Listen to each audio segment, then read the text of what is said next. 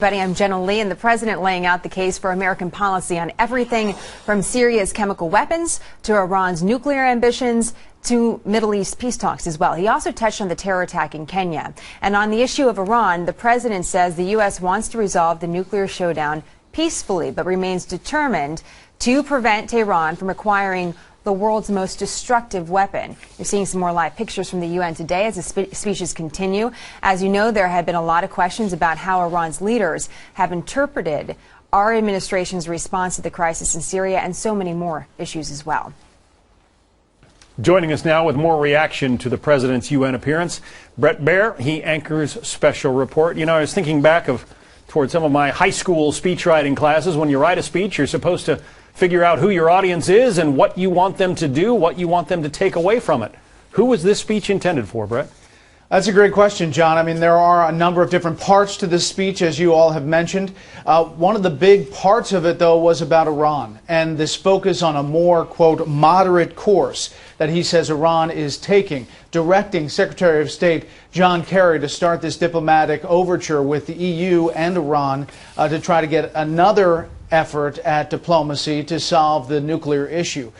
This is really where the focus, I think, of the speech was, although, as you just heard on air here, Ambassador Bolton saying that there were a number of different parts of it that kind of went on for some time. The critics of this will say that you've seen this diplomatic dance with Iran many times before as they continue to spin centrifuges. Yeah, the Iranians are said to be presenting a kinder, gentler face. Is that going over well in Washington? I mean, how much trust or mistrust is there on Capitol Hill? Oh, there's a lot. And, John, they've just in the past few minutes, you had a letter from Senator Marco Rubio, who's on the Intelligence and Senate Foreign Relations Committee, along with 10 other senators, to the White House, saying that we understand you might be considering a new proposal that would leave the door open for a nuclear Iran, perhaps allowing Iran to preserve part of its nuclear weapons program.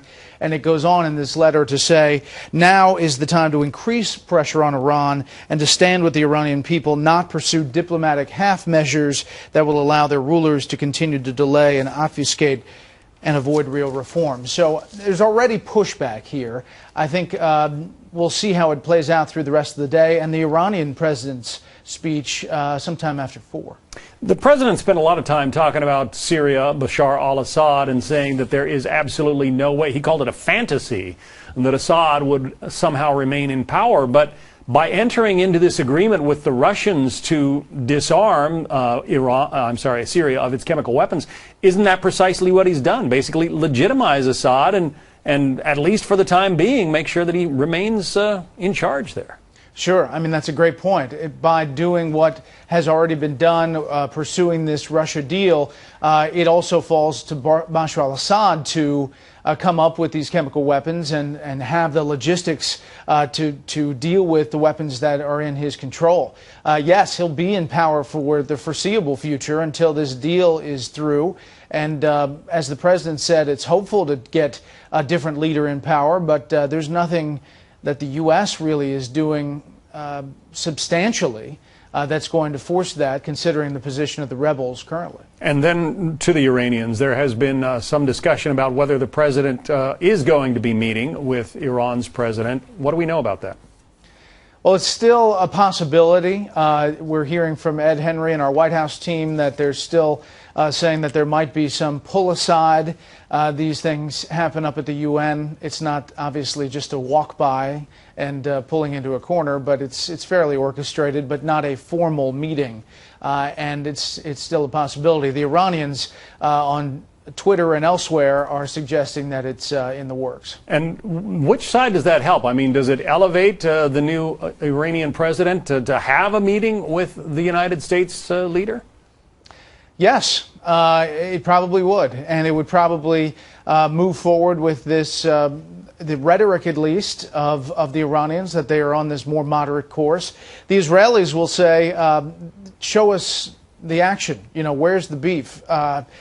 Tell us what you're going to do specifically as far as action instead of just words. So I think there will be an interesting point here over the next couple of weeks where we really see where this is going. The other one last thing, this speech also indicated to me how much power and trust they're giving to Secretary of State John Kerry in this second term of this administration. He is taking the spotlight, really, and on a host of different issues. Well, it is going to give you an awful lot of material to talk about this evening with the panel on Special Report. Bret Baier, the anchor of that program, thank you. Special Report, of course, airs each and every weeknight here on Fox News Channel, 6 p.m. Eastern Time, out of Washington.